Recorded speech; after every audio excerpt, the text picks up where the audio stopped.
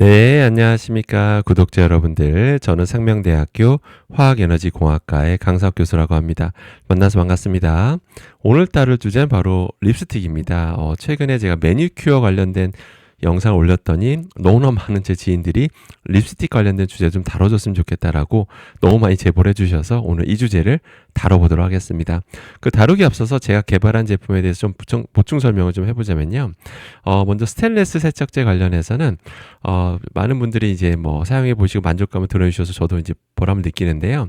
근데 주의사항이 뭐냐면 반드시 제 세척 타올에 묻혀 닦으셨으면 다시 한번 꼭 마무리로 주방 세제를 한번 다시 마무리해 주셔야 됩니다. 그 이유가 뭐냐면 제가 만든 성분이 그 홈 사이에서 자꾸 약간 불안정하게 만들어 온 애들이 있거든요. 근데 그게 잔류하고 있는 경우가 있어요. 그렇기 때문에 그걸 다시 주방 세제로 닦아주게 되면 그런 성분들이 다시 완벽하게 다 빠지게 됩니다. 그렇게 됨으로써 세척이 되는 원리이기 때문에 반드시 1회 세척이라는 거는 제 세척제를 한번 닦으시고 그 다음에 주방 세제로도 마무리까지 하셔야 그게 1회 세척이다라고 보시면 되는데, 대부분의 제품은 1회 세척으로 다 끝나는데 너무 오염이 심한 제품들이 있어요. 저희가 해봐도 그런 것도 이제 2회 세척까지 하면 대부분 다 해결된다 라고 보시면 되겠습니다. 그래서 제가 개발한 것 중에 이제 과일 야채 세척제에 대해서도 많은 분들이 이제 사진 찍어서 올려주시고 이제 만족감을 드러내주셨는데요. 개인적으로도 보람을 많이 느낍니다. 근데 이것도요, 이제 물에다가 제 세척제를 푼 다음에 이제 뭐 과일 야채를 담근 다음에 이제 비비시잖아요. 그러면서 닦아주시는데요. 그런데 이것도 다 충분히 비벼주신 다음에 다시 흐르는 물에 충분히 헹궈주시게 되면 세척 효과를 더 극대화시킬 수 있으니까요. 꼭 그것도 참고하시길 바라겠습니다. 자, 그럼 오늘 주제 본격적으로 시작해 보도록 하겠습니다. 오늘 내용은요, 일단은 이 논문을 기반으로 좀 말씀드리려고 하는데요. 2024년 10월에 나온 논문입니다. 스페인 연구진이 이제 주도를 했고요. 2024년 10월이면요, 나름 최신 논문이라 보시면 돼요. 왜냐하면 화장품 관련된 논문은 그렇게까지 막 방대하게 막 나오지는 않습니다. 그렇기 때문에 이 정도 자료는 굉장히 최신 자료다라고 보시면 되겠습니다. 이 연구진은 이제 뭘 연구했냐면 무려 5년 동안 2016년부터 2020년까지 무려 5년 동안 프랑스하고 스페인에서 유통되는 화장품 있죠. 약 1100개를 이제 대상으로 연구를 하는데 그 안에 특정 성분에 이제 초점을 둡니다. 프탈레이트라고 하는 안 좋은 좀 유해한 물질이 있거든요. 그 물질도 종류가 많은데 9개 종류에 대해서 이제 모니터링 한 거예요. 근데 그 이유가 뭐냐면 일단 이게 우리 몸에 들어왔을 때 잘 안 빠집니다. 호르몬처럼 작동한다라고 그래서 환경 호르몬이라는 별명도 있어요.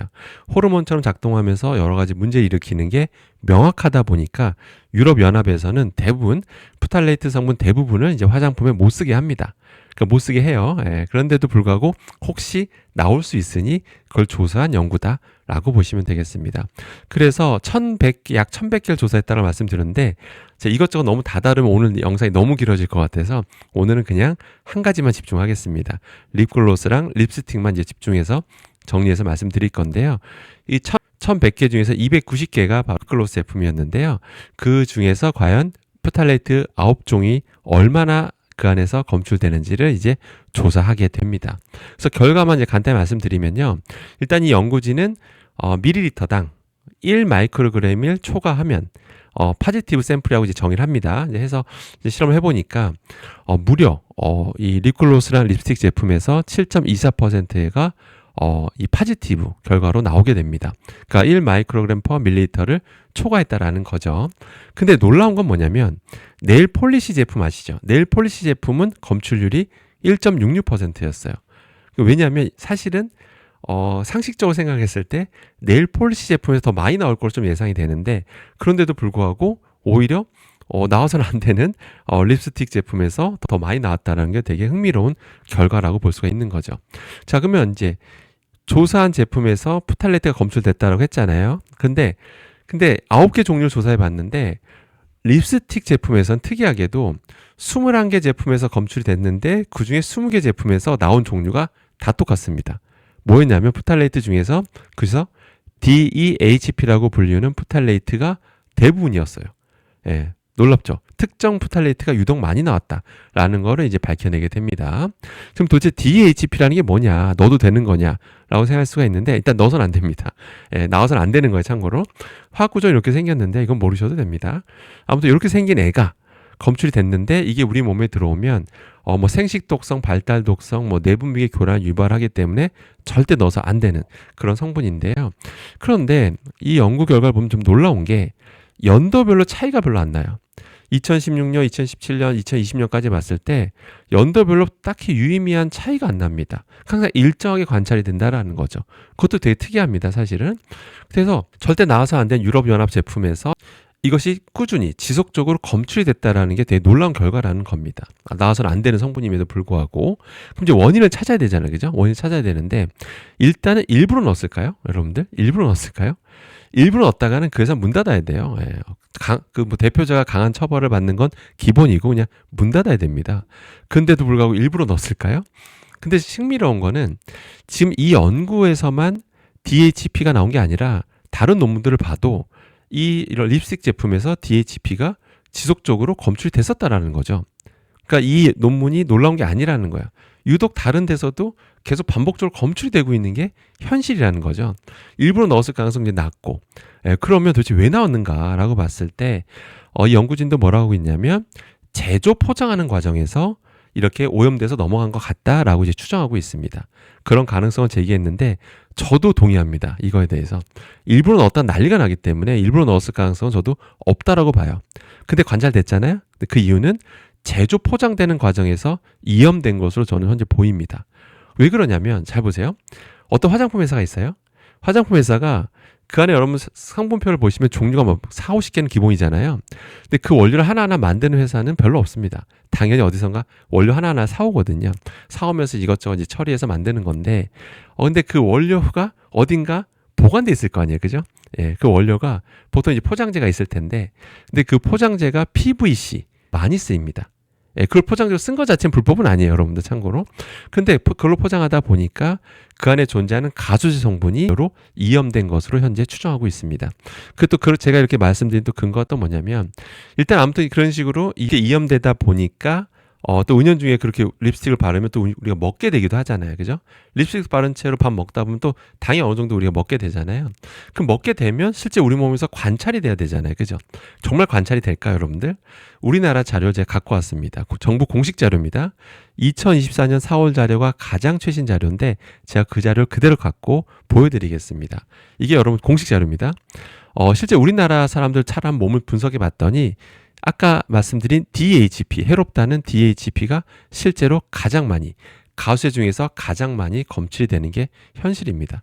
이 영상을 보고 계신 여러분 몸에서도 저게 검출이 돼도 놀랍지 않다라는 거죠.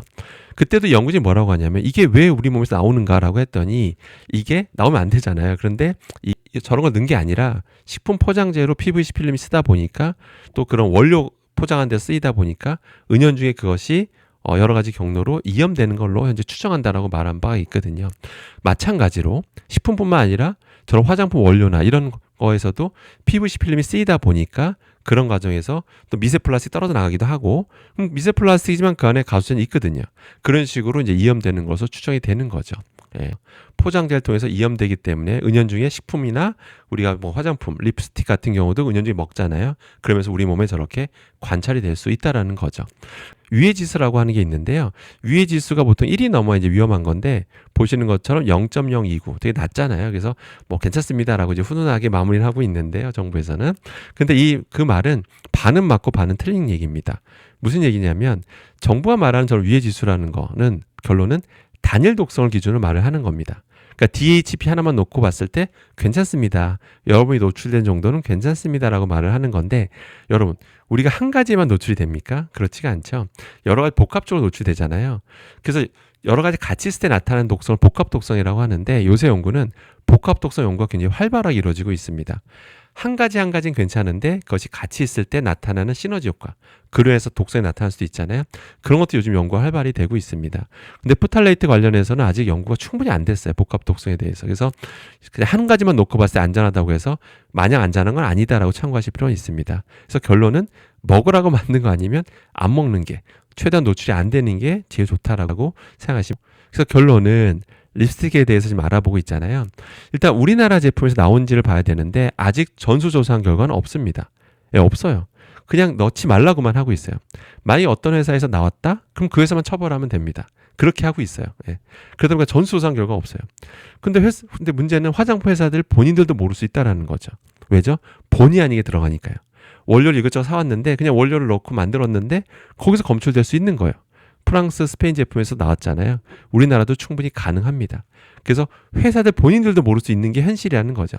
그래서 여러분들 제품 성분표를 보면 포탈레이트 넣었다라는 제품을 찾을 수가 없어요. 안 넣으니까요. 넣으면 안 되는 거거든요. 특히 DHP는 아예 넣어서도 안 됩니다. 근데도 관찰될 수 있는 게 현실이기 때문에 제가 팁을 하나 알려드리겠습니다. 바로 뭐냐면 어떤 인플루언서 분이 좋다라고 한 데에서 그냥 마냥 구매하신 게 아니라 반드시 해당 사이트로 들어가셔서 제품 사이트로 들어가셔서 시험 성적서를 갖고 있는지 보셔야 되는데 당연히 이것저것 갖고 있죠. 그런데 포탈레이트 관련된 어떤 시험 성서가 있는지를 꼭 보시길 바라겠습니다. 어떤 회사 제품이 있고요. 어떤 회사 제품 없는 경우들이 있습니다. 근데 그 없는 경우가 뭐냐면 당연히 자기들은 안 넣었으니까 그런 검사를 할 필요가 없다고 생각하니까요. 이해되시죠? 그러니까 그러기 때문에 근데도 불구하고 갖고 있는 경우들이 있습니다. 그래서 포탈레이트 검출 결과를 갖고 있는지 보신 다음에 그런 제품들을 좀 여러분들이 구매하시는 게 가장 바람직하다라고 보시면 되겠습니다. 자, 결론입니다. 오늘 립스틱 나와서는 안 되는 DHP 가소제가 가장 엄격하다는 그런 유럽 프랑스하고 스페인 제품에서 검출된 게 사실이고요.